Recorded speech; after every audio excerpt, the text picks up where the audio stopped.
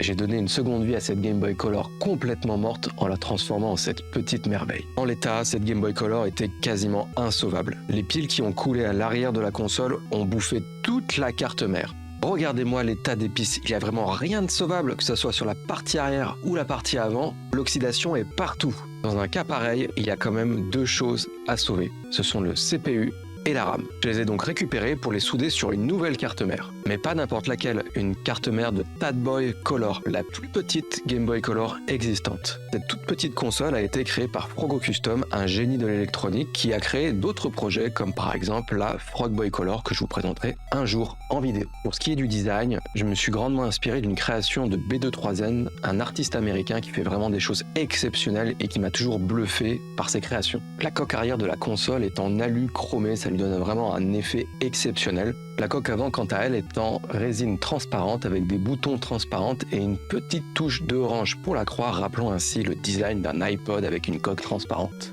Bon allez, en attendant Metroid Prime 4, moi je vais me refaire une partie de Metroid 2 et je vous dis à la prochaine. Ciao ciao.